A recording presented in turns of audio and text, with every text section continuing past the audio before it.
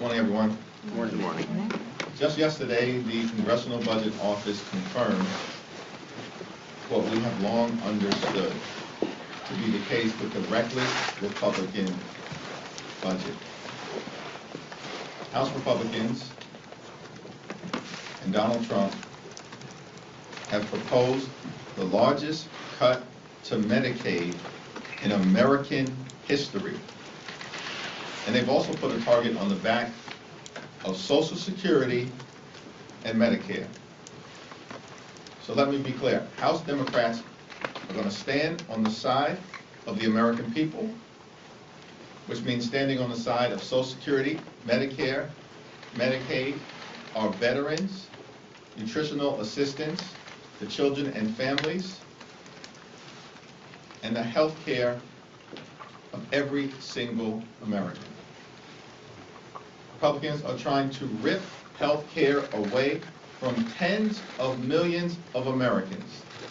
Children will be devastated, families will be devastated, people with disabilities will be devastated, and older Americans will be devastated.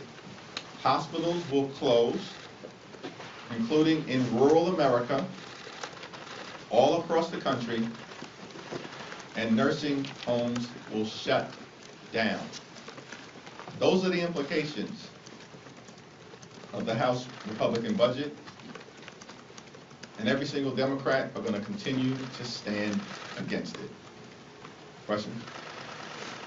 Thank you, Mr. Leader. Speaker Johnson said earlier this morning that he expects text to be released of the CR either today or tomorrow. You know, if Republicans continue with this CR to fund the government through the year, is that something Democrats can get on board with, even if you don't like it, or are you still expecting Republicans to do this on their own? We'll have a conversation as House Democrats on Tuesday morning when we reconvene in the Capitol.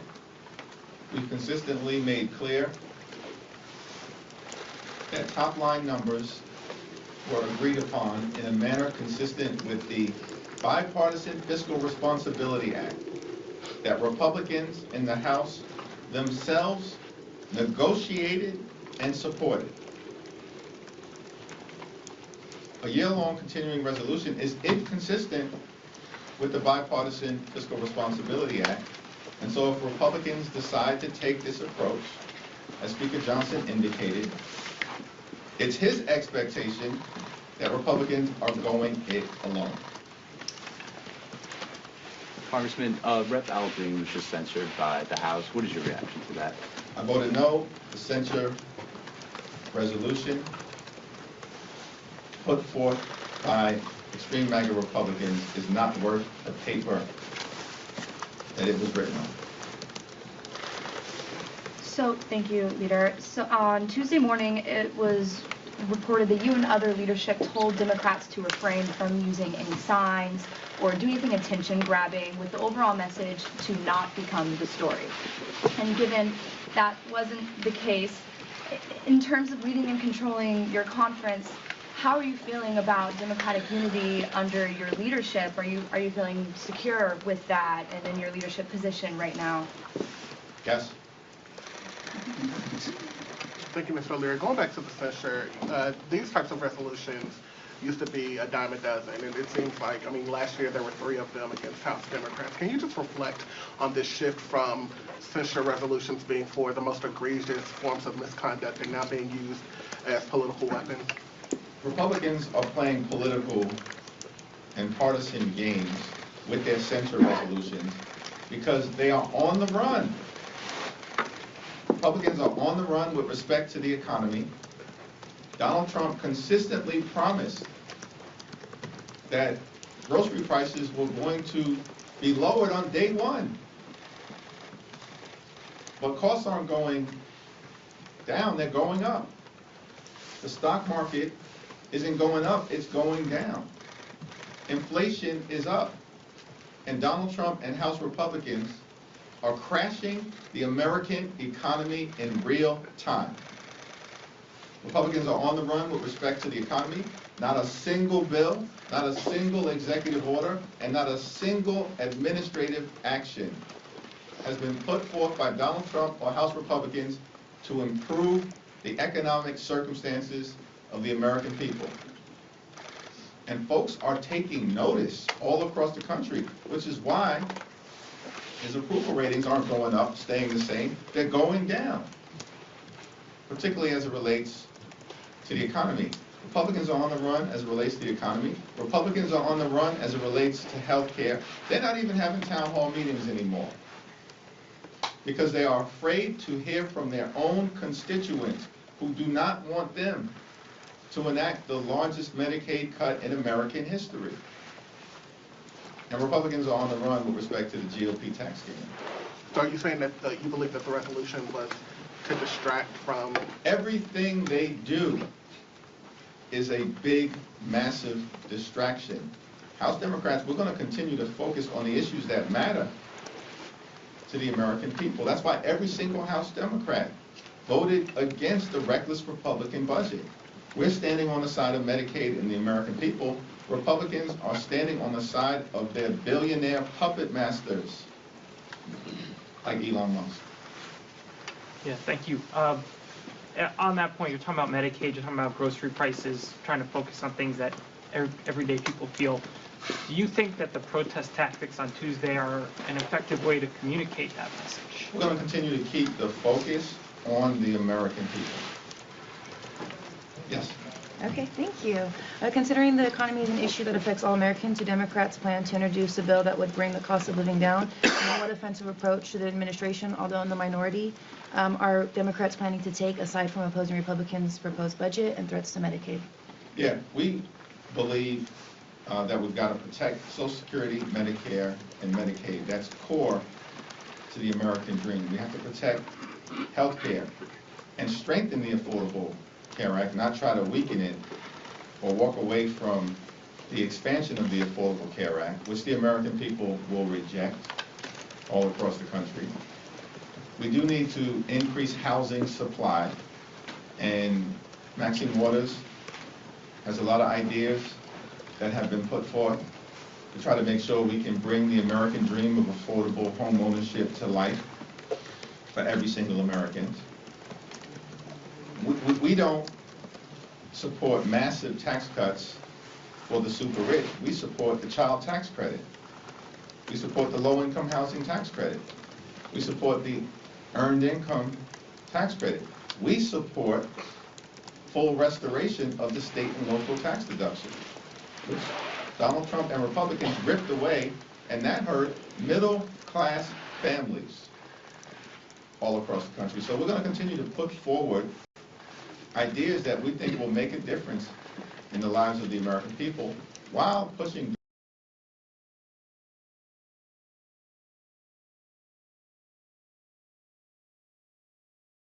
back against the extreme MAGA Republican agenda and their harmful budget.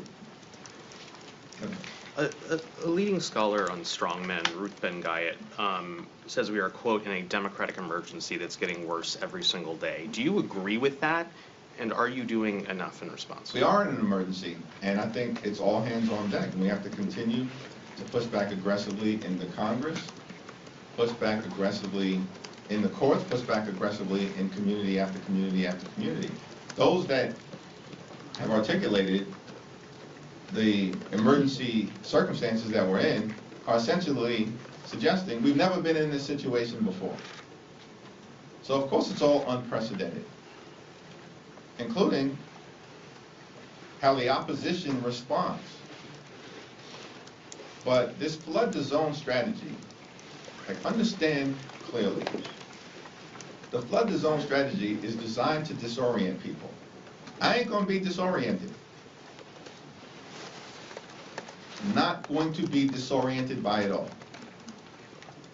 We have to push back with righteous indignation. But this whole flood the zone strategy is designed to create the appearance of inevitability. The notion that Donald Trump is unstoppable. He ain't unstoppable. Not a single bill connected to Trump's Project 2025 agenda has passed the House, because there's unified Democratic opposition. Not a single bill. We're almost halfway through the first 100 days. He doesn't have a single legislative accomplishment, but we're supposed to believe it's all inevitable, he's invincible, it's unstoppable. Show me the evidence. I think the Hold on. In the courts, Donald Trump is not winning. He's losing. In case after case after case, more than 100 different cases have been filed against 35 or 40 different unlawful and unconstitutional executive orders. He's either winning or he's losing. What do the facts say? He's losing case after case after case by judges appointed by Democratic presidents and Republican presidents like Reagan, Bush, and Trump himself. As a matter of fact, there have been 2 cases now to go to the Supreme Court. Not 0, not 1, 2. And Donald Trump has lost both cases.